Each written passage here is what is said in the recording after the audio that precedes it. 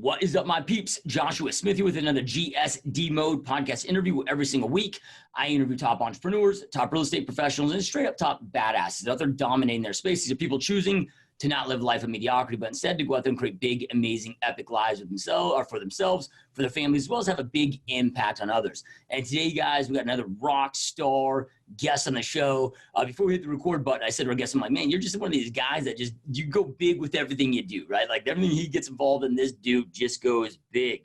So just to give you some context of our guest, he's got a new book that he just released called The Next Wave of Influence in Real Estate. He's a real estate agent and sold over 2,000 homes, all before the age of 36 in his career. Sold the most expensive home in Utah history at $32.5 million. Is a social media coach, real estate coach, has a social media course out there teaching others how to go out there and crush it in their real estate business with through social media, and has a podcast with over 165 episodes and over 10 million downloads, which blows my damn mind. So really stoked and honored to have our guest on the show, Jimmy Rex. Welcome to the show, my friend. Dude, appreciate it, man. It's fun to be on. It's a podcast I've listened to for a long time, so happy to be on it finally. Yeah, man, this is going to be awesome, dude. Really intrigued, man, just to pick your brain and hear all the big things that you're up to. And like I said, man, you're this guy that it's like everything that you do, you go big with. Yeah, right. And as I'm writing down, looking through your bio and writing this stuff down, especially when I got to the podcast thing. Yeah, right. And in your coaching course that you released not too long ago, you've had over 10,000 agents through. And it's just like, damn, dude, like you just don't mess around. Yeah, right.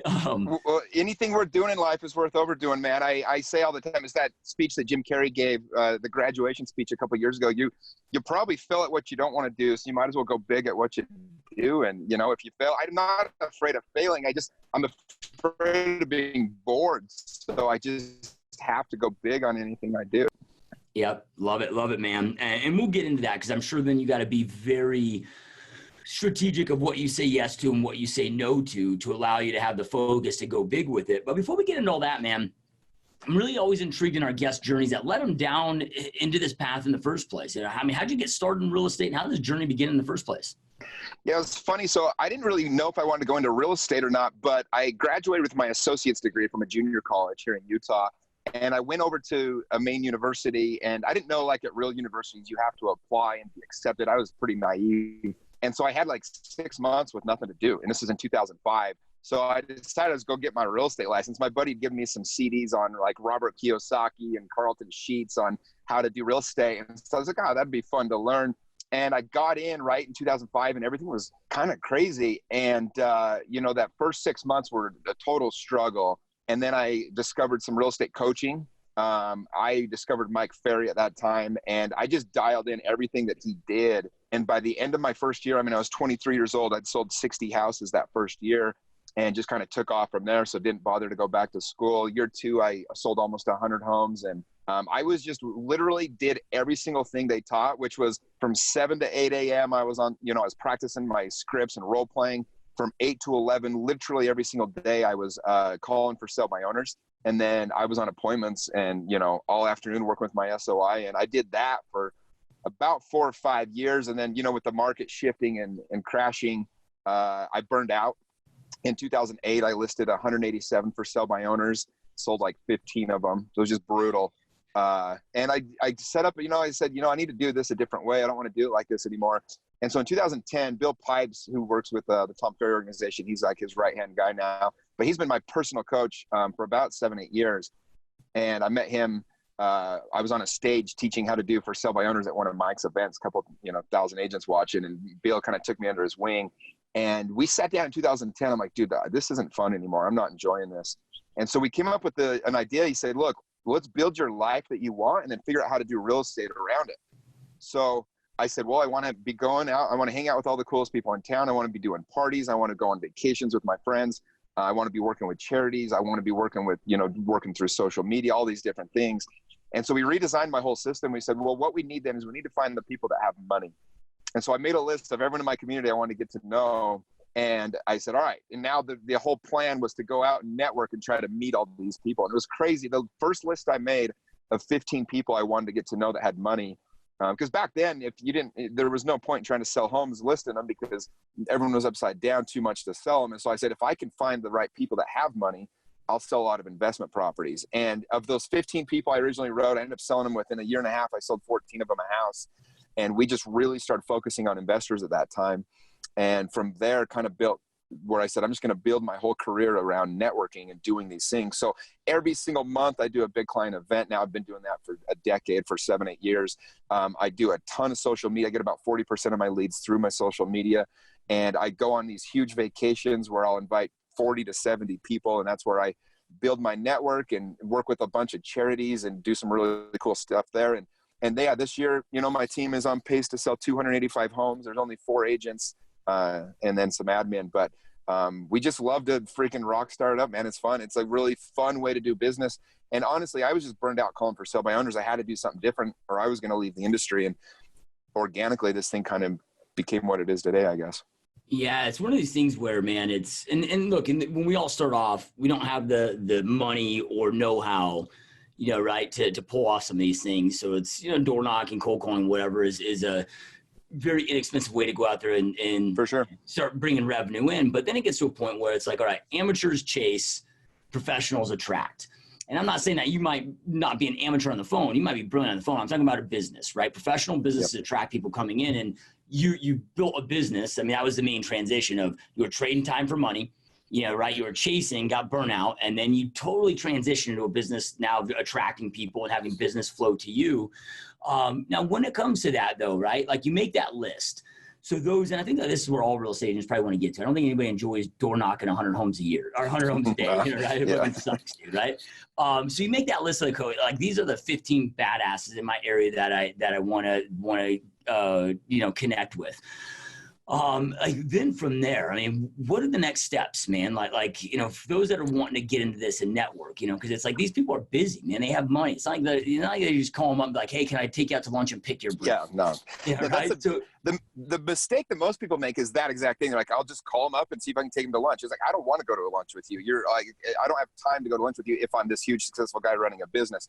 So what I did is with Bill that day, I mean, the word I like to use is deliberate. I was very deliberate about what we were doing in order to attract these people to me. So every single person, one of the networking things that I speak about a lot when I get, you know, people ask me to speak about networking a lot now because I've been able to build this network, is you have to be very deliberate and you have to find everybody needs something and you got to figure out what that is for each person. So each person's a little bit different. But the first thing I did is I said, who do I know now that can connect me to one of these people? And then I said, I need to get to know enough about this person to know what they're passionate about, to know how I can help make their lives better. So I'll give you an example. Like one guy, runs one of the biggest companies in all of Utah. This guy has 4,000 employees. He can get whatever he wants. He's a billionaire. But I wanted to get to know him because I knew if I could get to him, I could get to all the salespeople. But I also knew that the mistake that everybody else was making was they were trying to come to him to get something. Everybody does that with successful people, and they can sniff it out really quick.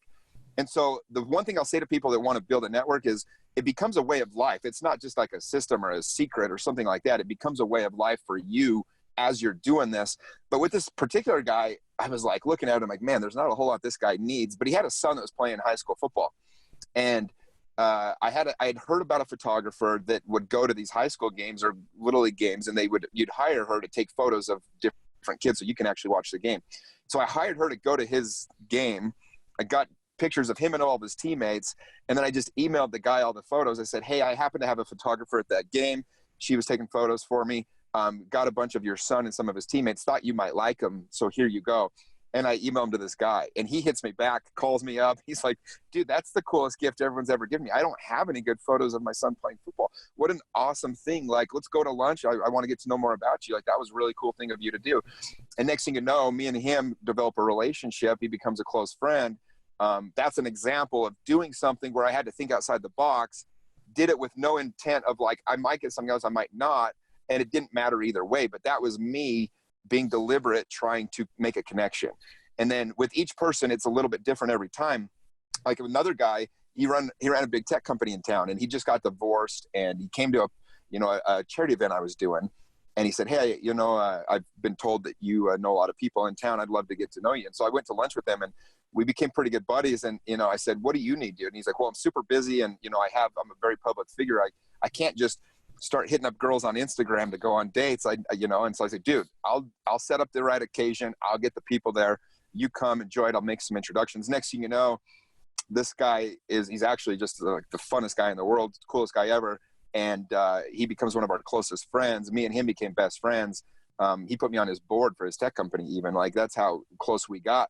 But that original connection was made because the thing that he needed that I could provide was actually just meeting people socially. Like, he just got divorced. Guy had been married for 15 years. He didn't know where to find the next person to hang out with or whatever else. So you really got to think outside the box. Sometimes every person's different, but everybody needs something, and you got to figure out a way to give that value, but to truly give it without expecting something in return. And that's where I think most agents fall short. They're like, I've been doing this for a year and I'm still not getting any deals from them. And it's like, dude, I've been doing stuff for people for 7, 8, 9, 10 years before I ever get something in return. And I'm not doing it to get something in return. I know that law of life, that law of karma and attraction, that if I just keep giving enough, I'm not going to have to worry about where my next deal is coming from. I'm going to be busy enough with the people that I'm serving to always have business coming.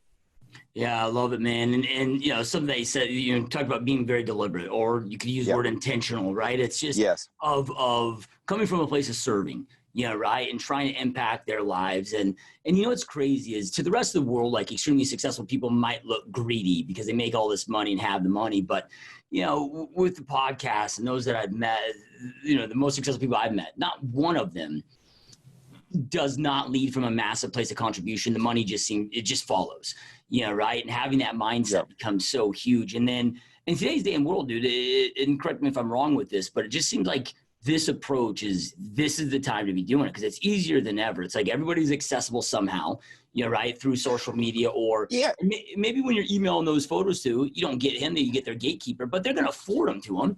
For sure. Well, I can literally find out more about people today in 2019. You can find out everybody what they're into. Go on their Twitter, see what they're passionate about. What are they retweeting? What are they talking about? If you wanted to, like, there's a guy that's into certain charities in your place, or a woman that runs a charity that she's always tweeting about or Facebooking about. Like, even this morning, there's this woman that I'm friends with, and her dad has cancer, and he needs this like special treatment. And I was like, she put a GoFundMe up, and a lot of times I don't like GoFundMes if they're just like people have, but you could tell this, woman really needed some help. And I just donated a couple bucks just to I didn't have to do that. We do that stuff because we can, but it becomes stuff that you're always doing. Like, I don't even know. I don't think that person will ever buy a house from me. I don't even think they're in my area, but you just do things all day.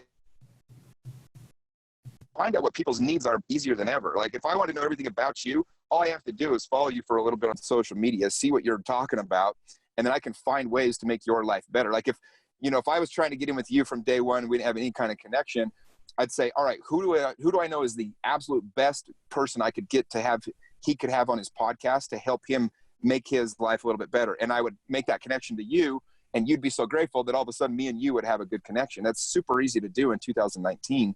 You just find every person, whatever they can use that they're already talking about, and you go and you make their life a little better in that way.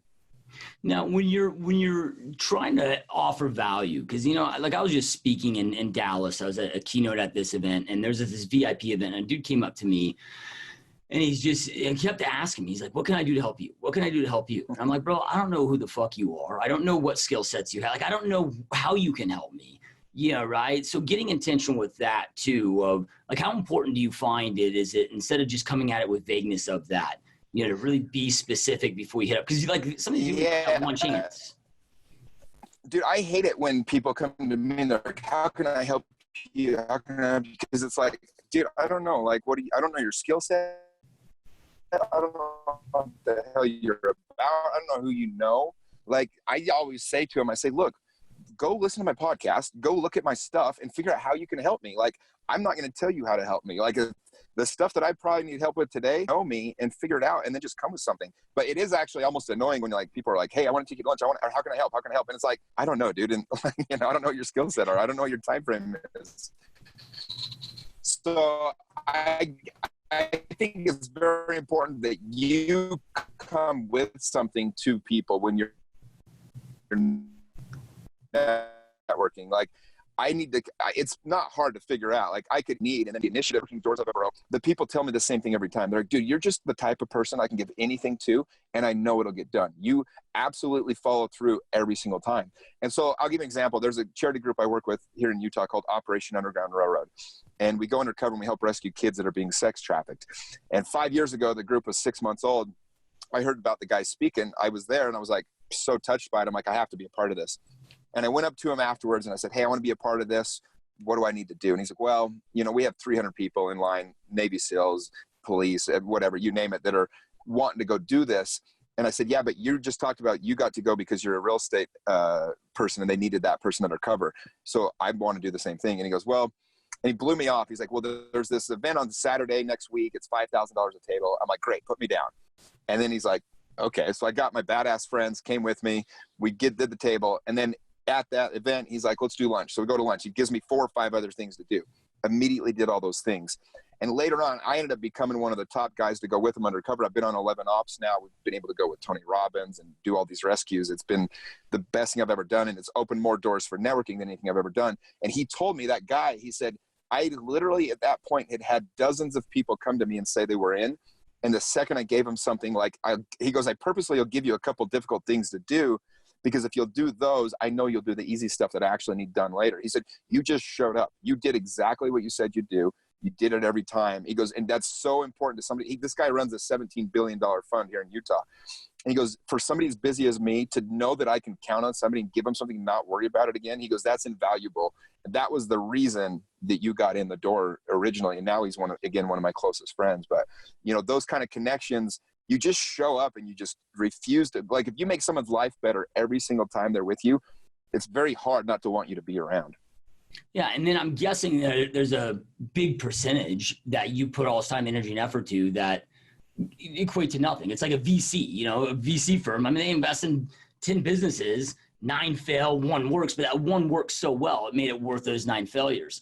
Right. So, and I don't know if that's happened. Well, I don't look at anything as a failure though. It's like, if I live in a beautiful state, if I don't get anything out of these deals forever, I still am like, you're so lit up by helping other people and by doing things all day that you live in a beautiful state anyway. So it's regardless of the outcome, my life is going to be blessed because I'm going to have a good life by doing these things. And so that's where I say it becomes a way of life. But yeah, I mean, most of the stuff I do, I don't see an immediate return. People always ask, how much return? Like I did an event last night. We had 800 people come to, clients come to my corn maze and, gave pumpkins out, did the whole thing with the hay rides and all that stuff. I had 800 people at this event. And somebody asked me, they go, well, how many deals will you get from this? I'm like, I don't know. Like I might get, directly. I have no idea. You can't equate it. But I have a hell of a good time. I got to see hundreds of my friends last night, several I haven't seen in a long time. It's a really fun way to live. And I know that 10, 15, 20 deals will eventually over the next year come because somebody thought of me again because of that event. Yeah, love it, dude. So I'm curious with that first meeting or the first few that you went on, because you're sitting down with the most successful people that you probably had ever met in your life to that point.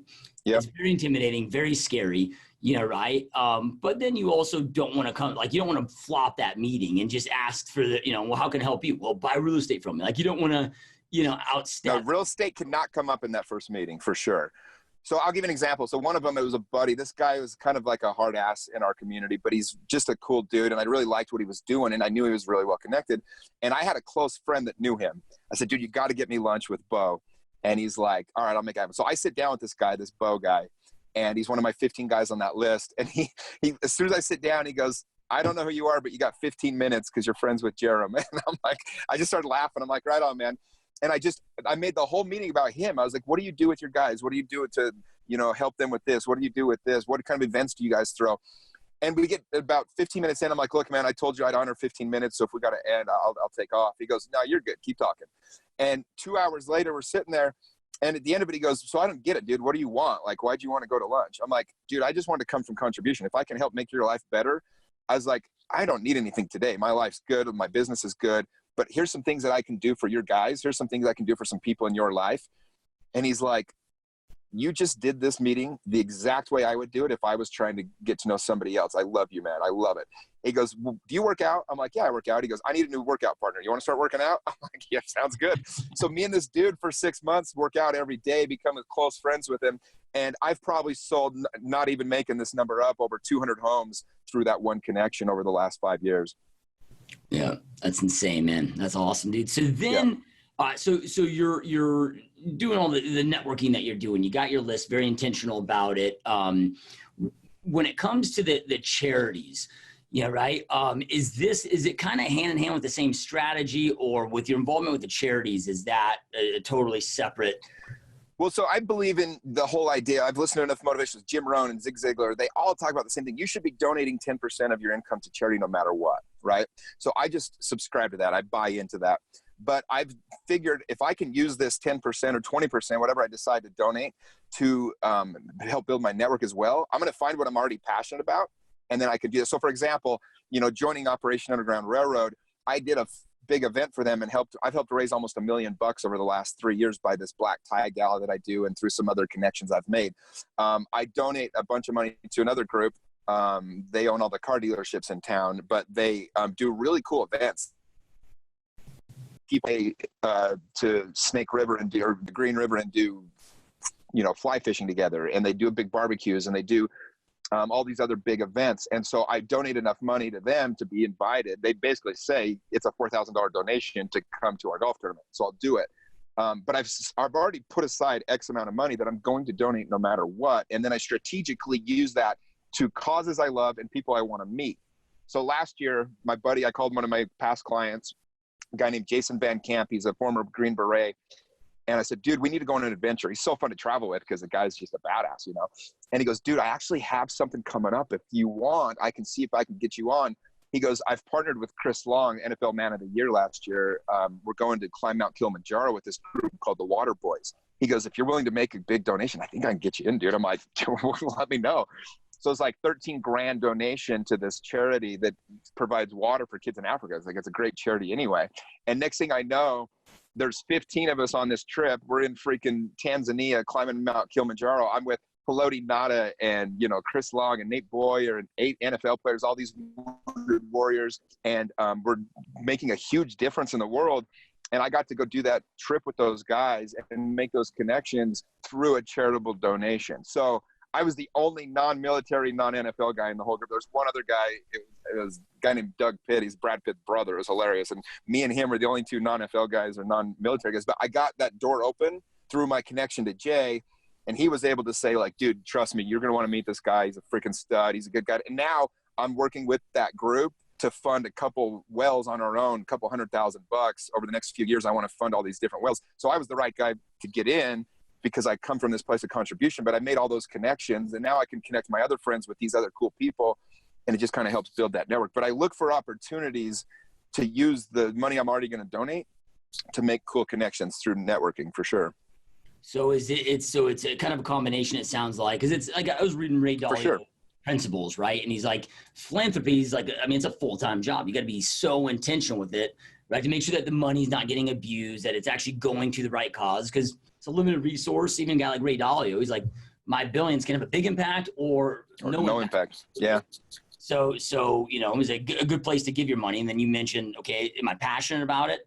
And then can it lead to different connections, right? Yeah, well, and I went to Tanzania. I saw the water wells. I visited these villages. It's changing their lives. Like, I saw that firsthand. And then I've been on these undercover operations. I've literally been the bait to attract these traffickers and to save these children. So I've seen firsthand how they honor the money, how they value the money that's donated. So at that point, once I've seen it, now I made a small donation to start with both charities. Once I saw how the money's used, I'm all in. Now I'll freaking build wells all day long. Now I'm going to go help raise money to save children all day long, because I see how the money's being used.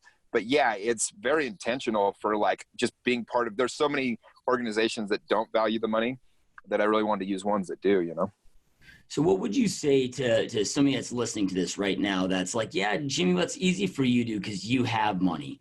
I don't have money. Yeah. So I teach people how to do this whole thing with no money. So first off, you have vendors that are absolutely willing to partner with you on anything. So start there. Start with your vendors. Go start asking people if they want to be a part of it. Go to the car dealer. I've had car dealers partner with me, car dealerships. I've had insurance guys, obviously loan officers, home warranty guys. They'll all partner with you. If you don't have any money, throw an event that's just a fun, some kind of event, and charge a little bit of money for it and raise money for a charity. The first one that I did that was a big game changer for me was I did a date auction like 7 years ago. I auctioned off dates with all my friends in town. And our goal was to raise $1,500. I auctioned off 15 girls and like 12 guys. And we ended up raising $35,000 on the night. It was crazy. Like the thing went nuts. And we gave Sub for Santa to 210 kids that year. Well, instead of just going to whatever organization does Sub for Santa, I put a thing out on my social media, said, you guys, we just raised way more money than we expected. We're going to give 200 kids Christmas. Who do you know that would never ask for it, but could use some help this Christmas? All of a sudden, people that I already know that are already in my network, I'm helping their brother, their sister, their neighbor, their aunt, all these people that actually need help. We're giving Christmas to 210 kids. And I've built this army of people that are helping me. I mean, I got 50 friends involved. So you're building, again, this is the networking side. You're doing something together that feels good. You're changing lives. 50 of us threw the event together, bought the presents, wrapped them, delivered them. I mean, it was literally 50 people together, and you're helping 100 other people, their siblings, their neighbors. All of a sudden, you have so many raving fans that are so grateful to you, and all you really had to put into it was effort. I didn't have to spend any money on any of that. There was a lot of effort, but it wasn't any money. So if you don't have money, use time. If you don't have time and money, use effort. Like there's, you know what I mean? You got to pick where you can. If you don't have money to do an event, a client party, for example, do a free one. Get Santa Claus to come for $150, get a bunch of cookies, have your lender pay for the whole thing, and get pictures with Santa Claus. Like there's ways to do this to start out where you don't have to spend the money. Yep. So then, with this, I know that you're a dude that has a massive amount of success with social media. I mean, how does that come into play, with this, or does it not? Is this separate from your social media marketing? No, it totally does. It's all connected. So you said something at the very beginning. Back when I was starting, I was chasing business. I was running to the business. I was calling. I was trying to track it down, and it's exhausting. So the whole point of social media is to attract people to you, right? So I wanted to have, like, people use Instagram as like so many different ways. Most of people, they don't put any kind of intention into it. Mine is 100% designed to bring value and to attract people to me. So everything I post is to make it more attractive to have me in your life than not. So I'm showing cool things, cool places I'm going, cool people I'm hanging out with. I'm sharing lessons. I started doing this daily motivation video. Every single day I do a 3 to 5 minute video that's just a daily motivation for whoever wants it. I had over 400 people sign up in the last week. I'm not even marketing it. It just comes off my podcast. But my point is, like, all these different things are truly to provide value. The events that I share on social media, the trainings are to share value. And so people are attracted to me. And so you can use your social media to attract people, just like you've done with your podcast. Like, I'd have never known about you without your podcast probably, but because of it, I was like, damn, this guy's good. He's really good at the interviews. He's really good at getting the right guests on. I listen to it all the time because I learn. So you have provided value to me, and I feel like I have, like I owe you something, or like I want to help you now, or I want to be a part of your life. That's what you've done. The same thing that I do through my social media channels is attracting people to me. And people just want to be around good energy. They want to be around good people. And so if you're always putting good out, people are like, of course I'm going to use Jimmy, or of course I'm going to use Josh, because I want to provide value where this person's given me so much value in return. Yeah. And I mean, you got so many realtors when they're utilizing social media. It's the, post, sold in 4 days, wanting to buy or sell with me, right? And it sounds to me utilizing it to really just showcase your life, tell stories, showcase your life. If you go on my Instagram, you won't even know I'm a realtor, man. Like, one out of every maybe 7 or 8 posts is about real estate. I do use my stories to remind people that I'm in real estate, to share that I'm in real estate, to do stuff like that, because stories, it's your own little reality show. If you were like, you're literally, I share this when I teach about social media, you're better off using Facebook Live and Instagram stories than you would be to pay for a commercial on the Super Bowl, because you're attracting the exact people that might use you as an agent through Facebook Live and Instagram stories, where you could literally market the same message to the whole world and pay for it, and it wouldn't do you any better. So you have a captive audience of the exact people you want you've got to use that to share your message every single day. And so that's what the whole point of Instagram stories is, where I'll do some selling or I'll talk to some people about actual real estate. But it's always from a value standpoint. Like, hey, here's a blog, or here's a video that I'm explaining the market, what's going on, or hey, why this makes sense to buy it. And so by doing those things, I'm putting value out. And so people love my channel. They love to come to my page and they are attracted to it, as opposed to the worst thing you can do is put a listing out on your freaking Facebook or your Instagram. Be like, hey, I just listed this $280,000 townhome in blah, blah, blah, Queen Creek, Arizona. People are like, who gives a shit? Like, no one wants to see your listing. That's not good marketing. And the one rule I always say, if you have to sum it up into one, I have a lot of friends that are big influencers on social media. They said, like Dan Fleischman's a close friend of mine. He's manages, over 60 or 600 of the top Instagram influencers in the world. He says, treat it like a room full of your friends. If you would walk into a room full of your friends and say it, then put it on social media. If you wouldn't, then don't share it. He's like, if you come with something with value, I'm going to tag my friends. I'm going to share it. If you're showing me what food you ate for dinner, or if you're just taking another selfie, I have no incentive to share that to anybody. So think about what you would share with your friends, share that on your social media, and you'll attract the people to you. Yeah, love it, dude. Love it. And what's so cool about all this, dude, is we don't have to reinvent the wheel. No. Right? Like, we don't have to figure this out. Like, I just, okay, like, dude, Jimmy, like, you're crushing it with your social media. I just started following on social media and just R&D, rip off and duplicate, right? That's all I do is I just copy other people, man. I wanted to grow my Instagram following about 2 years ago. And so I had a friend that she had 2 million followers on Instagram. So I was like, hey, I need some help here. And I sat down for a few hours and she freaking taught me. Within a couple of weeks, I'd added 4,000 people to my Instagram. I just find people that are really good at doing it already. And then I copy whatever they're doing. You're exactly right. Now, our issue today isn't information, right? It's all readily available. It's all out there. People have all this information. So like most people could have that same meeting that you had with your friend on how to grow the Instagram, but they don't take the action that you take, right? You're a dude that just takes action. How do you stay in action, even in times when you got burnt out, right? And reached out to your coach but you're just a massive action, staying in action. What kind of advice and tips would you have? And how do you take the massive action that you take? Yeah, and you're completely right about that. It's like everybody can have the same ideas, but it's all in the execution. Like I could tell you today, I could give you 10 ideas that would be multi-million-dollar companies, but if you don't know how to execute it, doesn't matter. And so I think the number one thing, and Gary Vaynerchuk talks about this all the time, he's like, you just got to do it. Like, be willing to, you have to change your mindset. You have to change your paradigm that failure is not succeeding, and change your paradigm that failure is not trying. Failure is not actually doing it. And that's the biggest mindset change, I think, for most people. The failure is in not doing. The failure is not in not succeeding. So like, I'll do stuff all the time and fall on my face. When I was 21 years old, I tried stand-up comedy for a few years. Didn't go anywhere. When I was 22, I did a TV show. We ended up becoming the highest rated show in Utah on Sundays. But guess what? I was losing money, so I had to shut it down. I did a meat company, and my partner stole all of our money, so I was in debt by the time I shut it down, $120,000.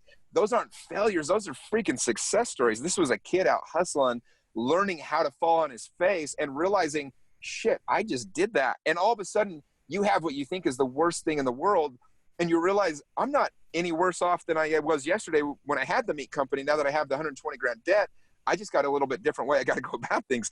And all of a sudden you realize I can do whatever the hell I want. I had one life-changing moment.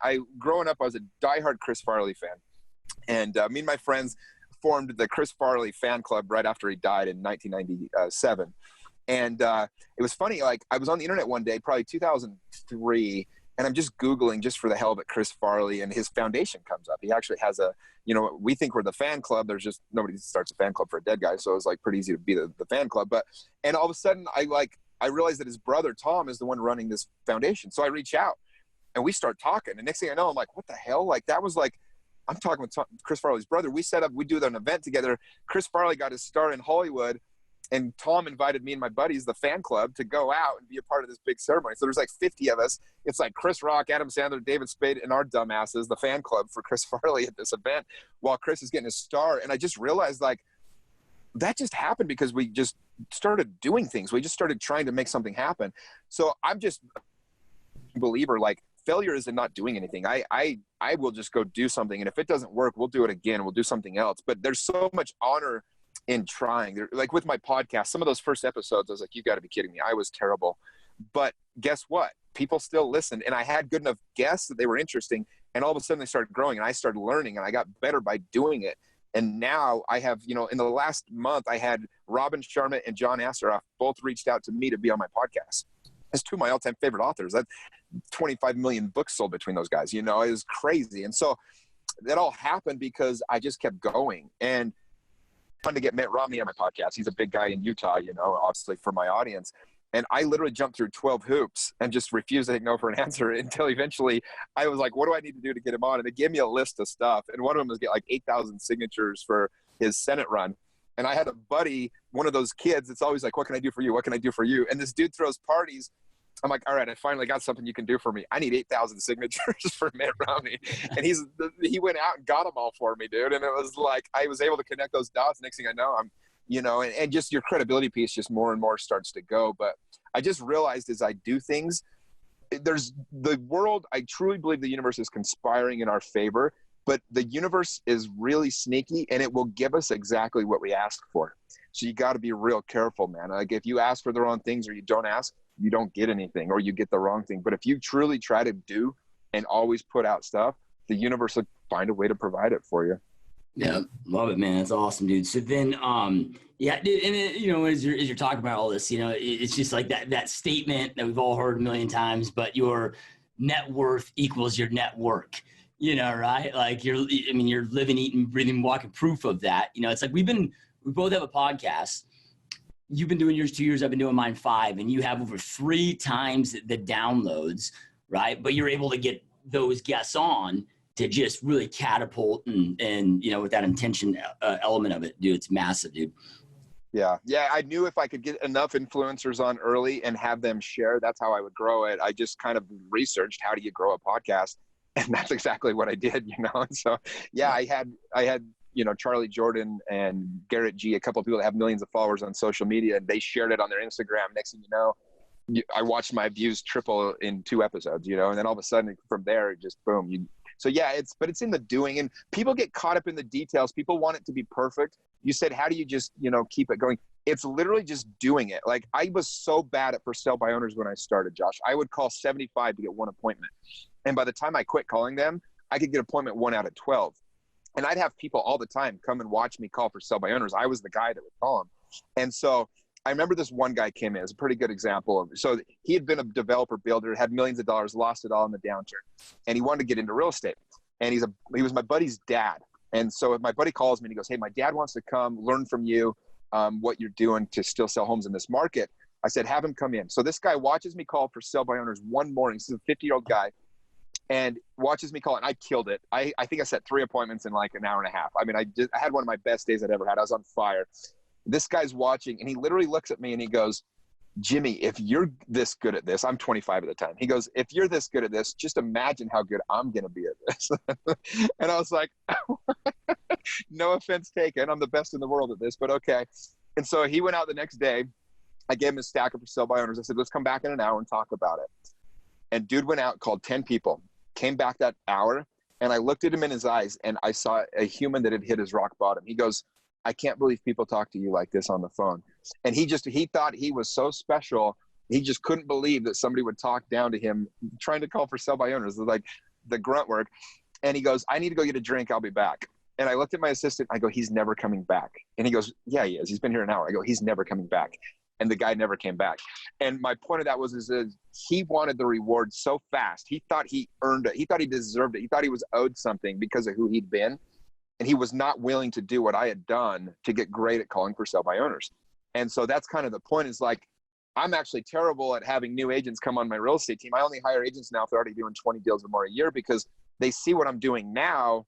And they didn't see the 7-8 year grind when I was literally calling 40 or 50 people every single day without missing. Like I literally had a calendar on my wall, and I'd give myself stickers like I was in school in order to just give myself a little bit of credit. And I'd had these stickers, and I didn't miss for years. But they didn't see any of that. And so they don't see that grind that it takes. My whole 20s, I didn't go on a vacation for 8 years, over 3 days. I didn't go out of the country. I didn't have a passport for years. I've been to 28 countries in the last 16 months.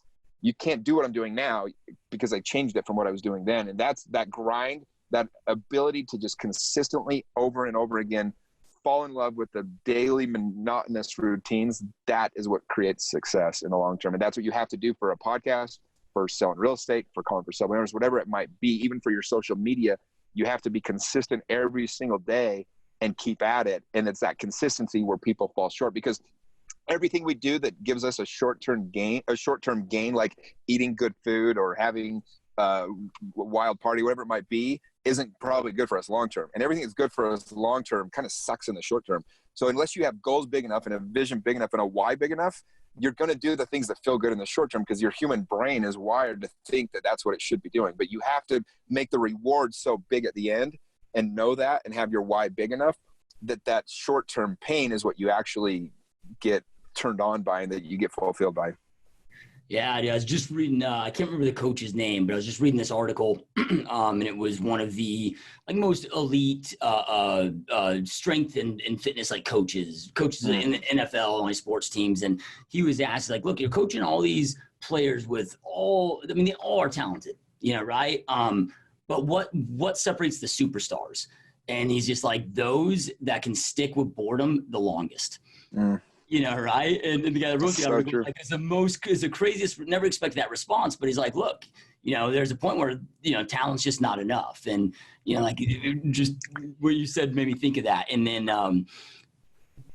well, yeah, it's, one of the quotes on my wall, it's my favorite quote of all time, is the difference between successful and unsuccessful people is successful people have merely learned to do the things that unsuccessful people don't want to do.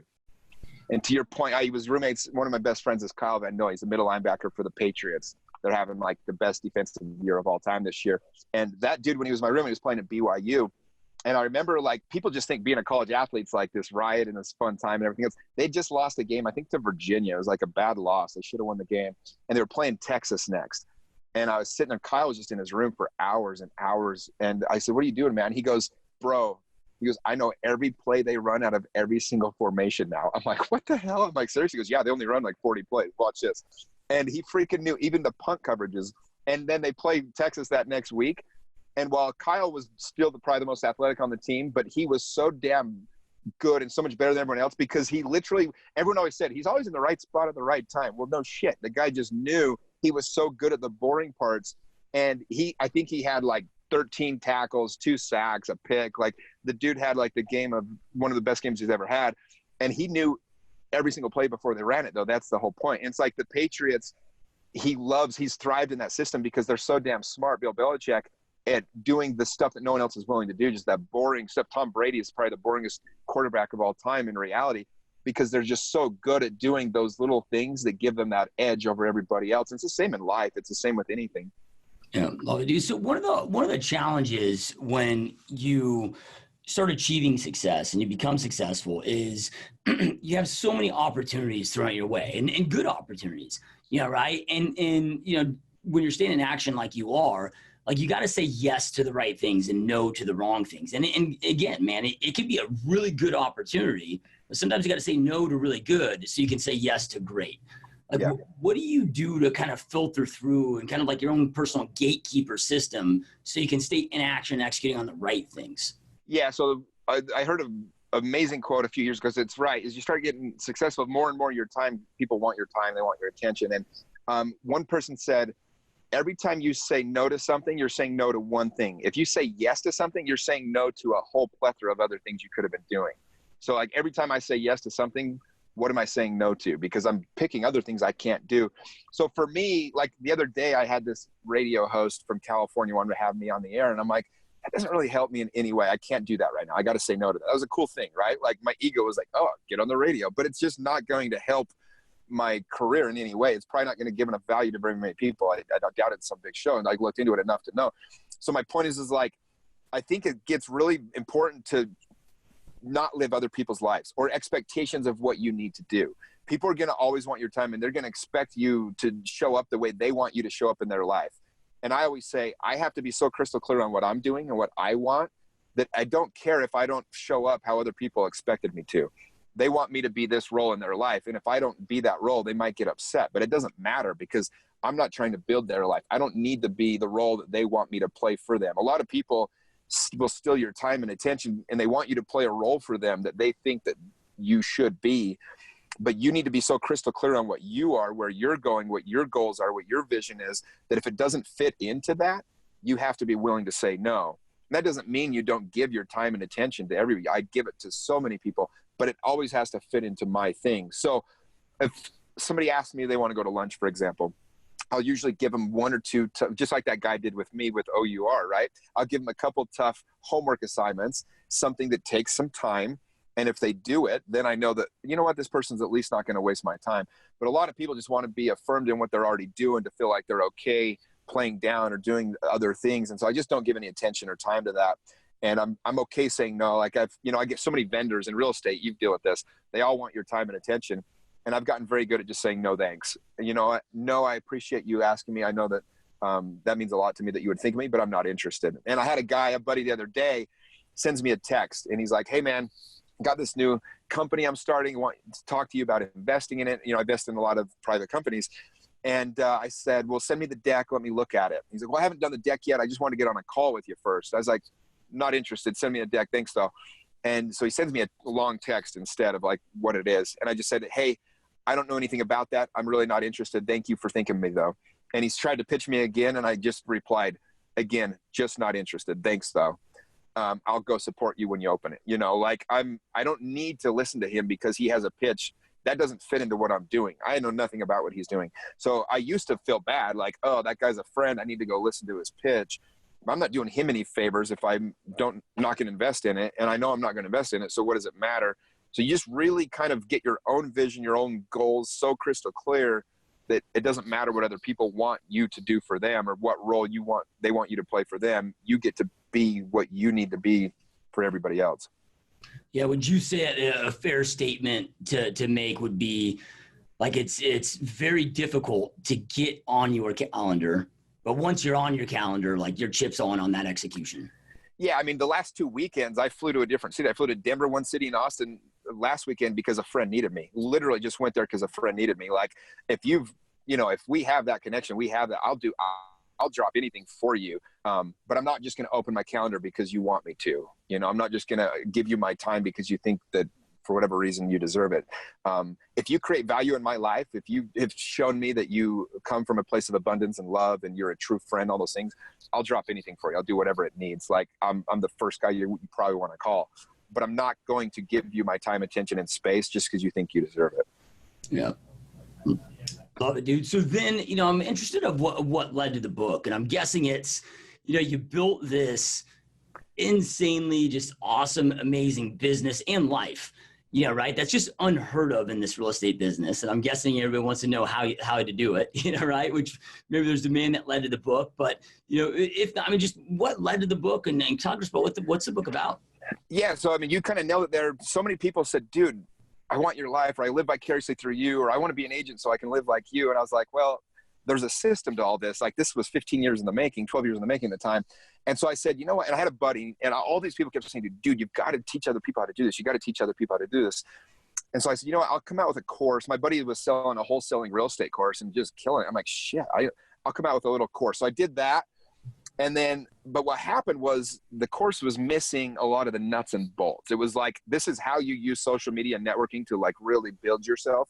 But it was missing all the little things, and people weren't having the success that I needed them to have because there was too much I needed to teach that I couldn't teach in those courses.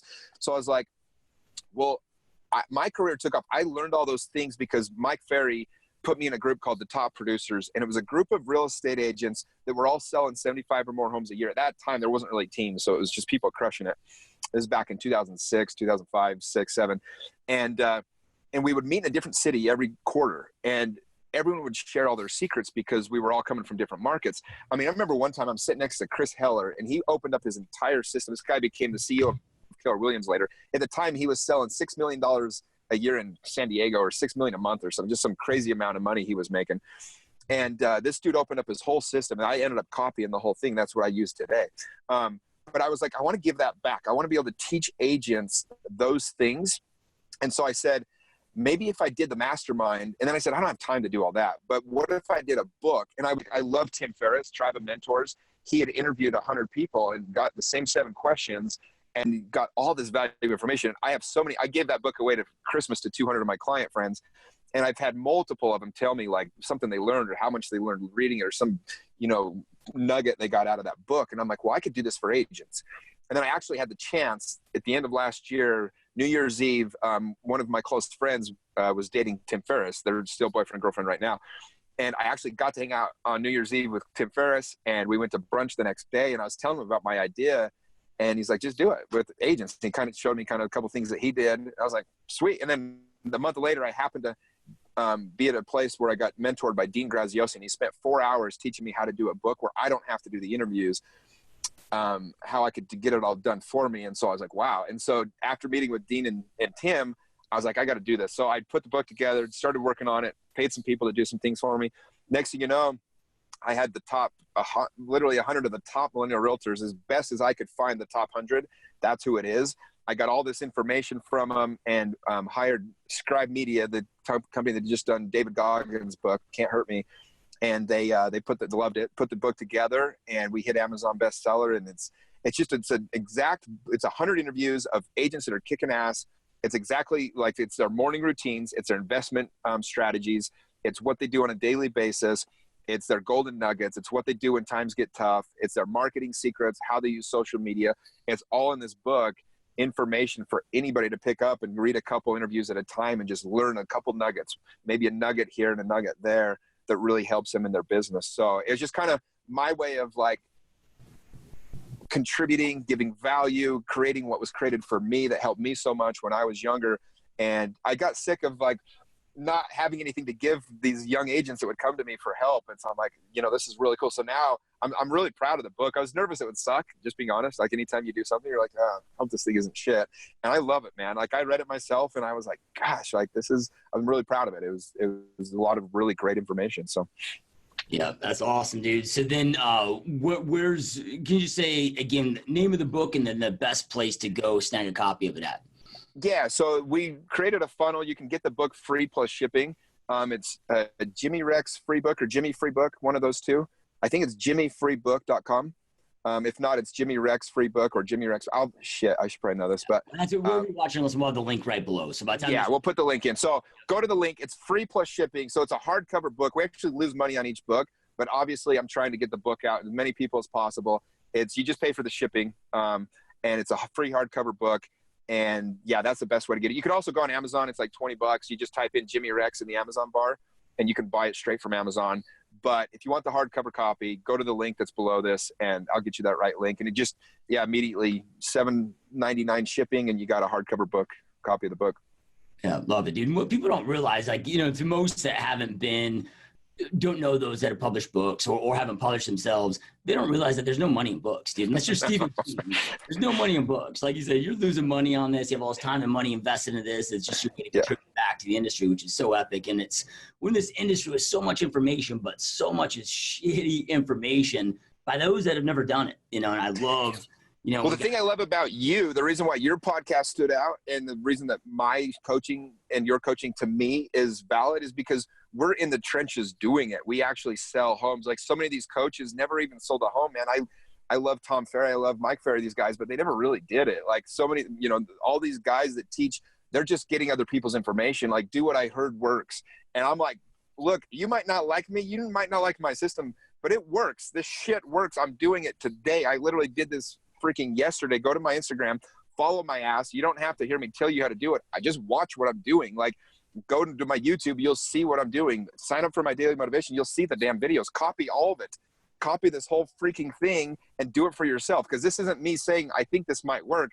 This is me saying, I just sold 285 homes this year using this exact freaking system. And I promise you it's going to work if you do it. So that's where you stand out to me and where I stand out versus a lot of the other, people that do real estate coaching, to be honest. Yeah. Sold 200 plus homes while visiting 28 countries. Right? Whatever. You don't have to like me or my system, but it works, man. You can't argue that. So yeah, no, I love it, dude. Love it, man. I just out of curiosity, man. Did you ever go back to Mike Ferry and be like, dude, why did it take you 5 years to teach, to plant this seed of going down this different path, right? Yeah, well, you know what? I honor Mike so much because when I found him, I'd sold, I think, 4 homes in my first 6 months.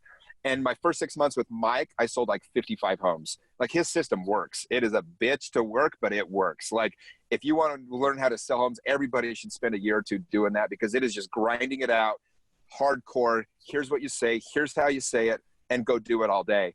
But it works. So I honor Mike, but I'm like, dude, you burned me out. I could never do your system again. Like, I've created a system now where I literally am selling homes overlooking the pyramids or freaking walking through the jungle in Bali, and it freaking works. And you can copy either system.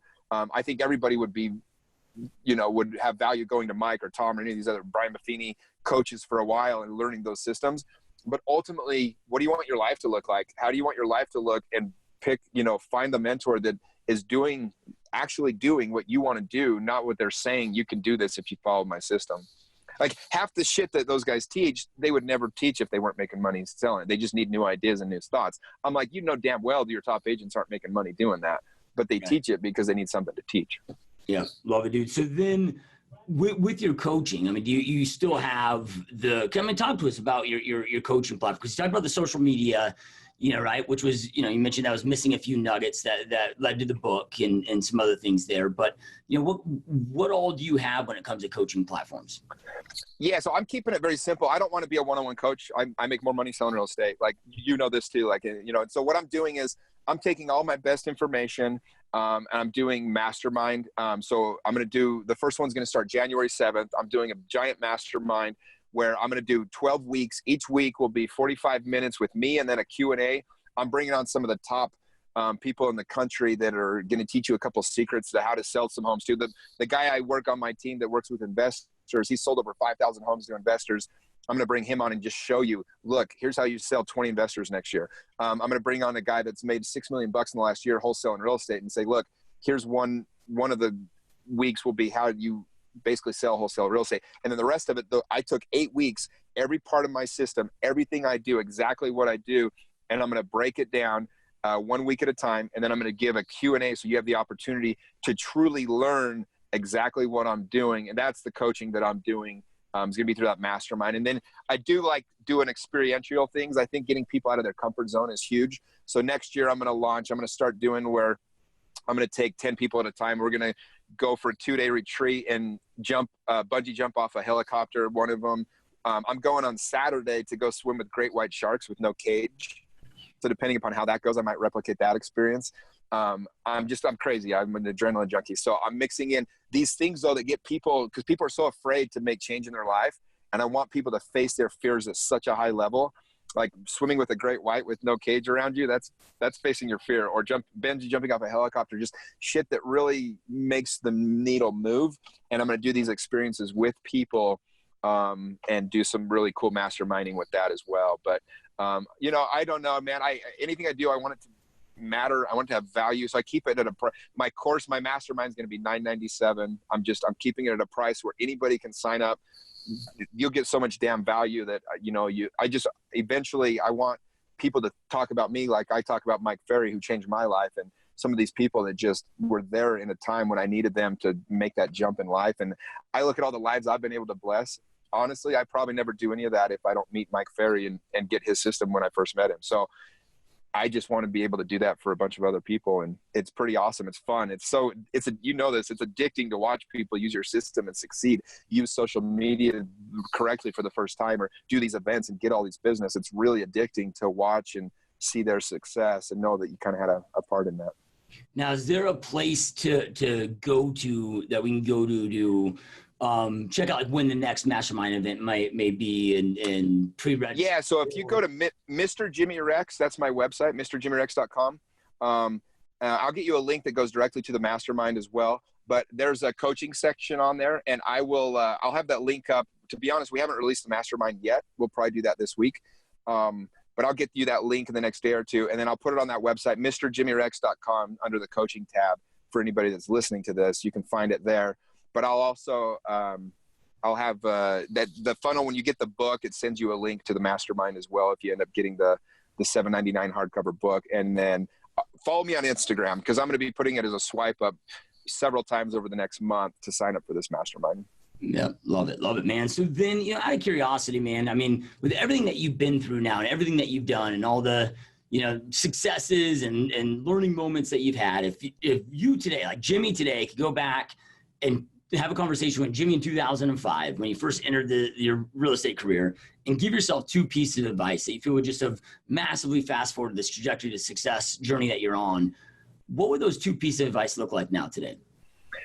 Yeah, I mean, I honor the path because I love where I'm at today, so I wouldn't probably change anything, but I would love to tell myself a couple things. One, I would say is be kinder to other people and be kinder to yourself.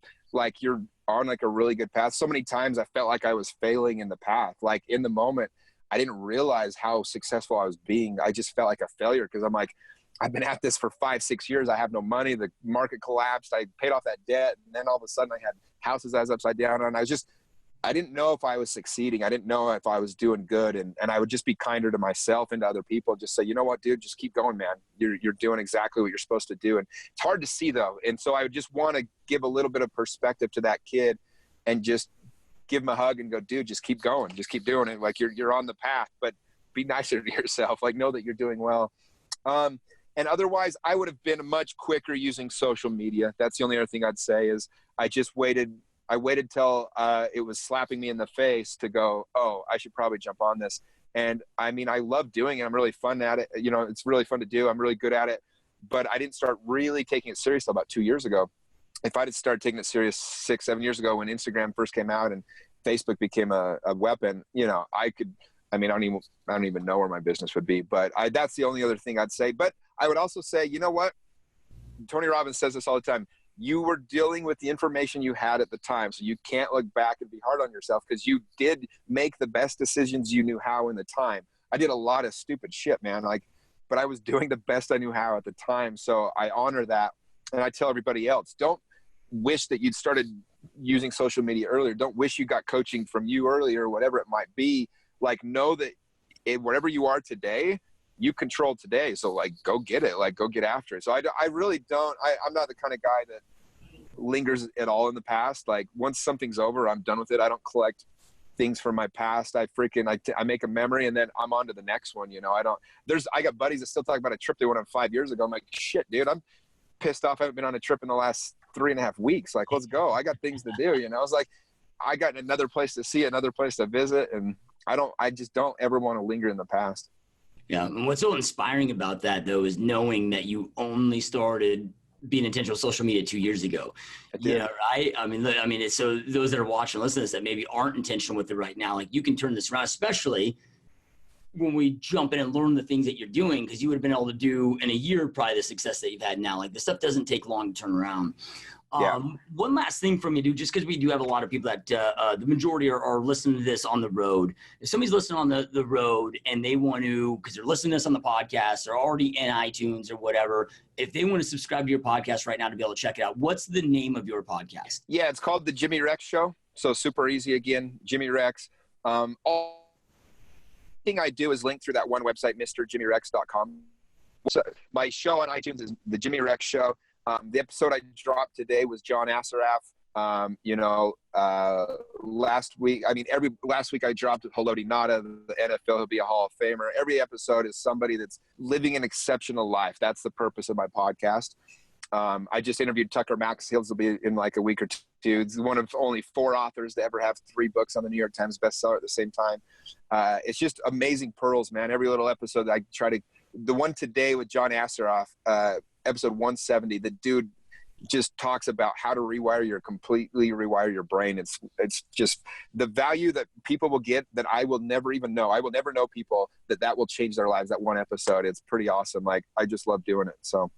Yeah, absolutely amazing. And then those who are watching, listening, again, we're going to make it super easy. We're going to have links on all of those right below, as well as all of Jimmy's social media handles. So you can start following Jimmy, which we all need to be following. And again, R&D, rip off and duplicate, right? Check out what you're doing and just go out there and see what we can take and implement in our business. And I know I end every podcast with this, but information without implementation is truly just the start of delusion. Information isn't power. It's taking massive action on the information that you learn. And if there's one thing that you should take away from Jimmy's interview today, it's the amount of action that this dude takes. Yeah, right. Stays in action, doesn't wait, doesn't hesitate, just goes out there and takes massive action. So make sure that you take massive action on something that you learned today, so then you can gain the power that you need to go out there and create the life that you know you want and deserve. And Jimmy, I know you're a busy man. I truly appreciate you taking time out of your busy day, man. This has been a lot of fun and a massive honor.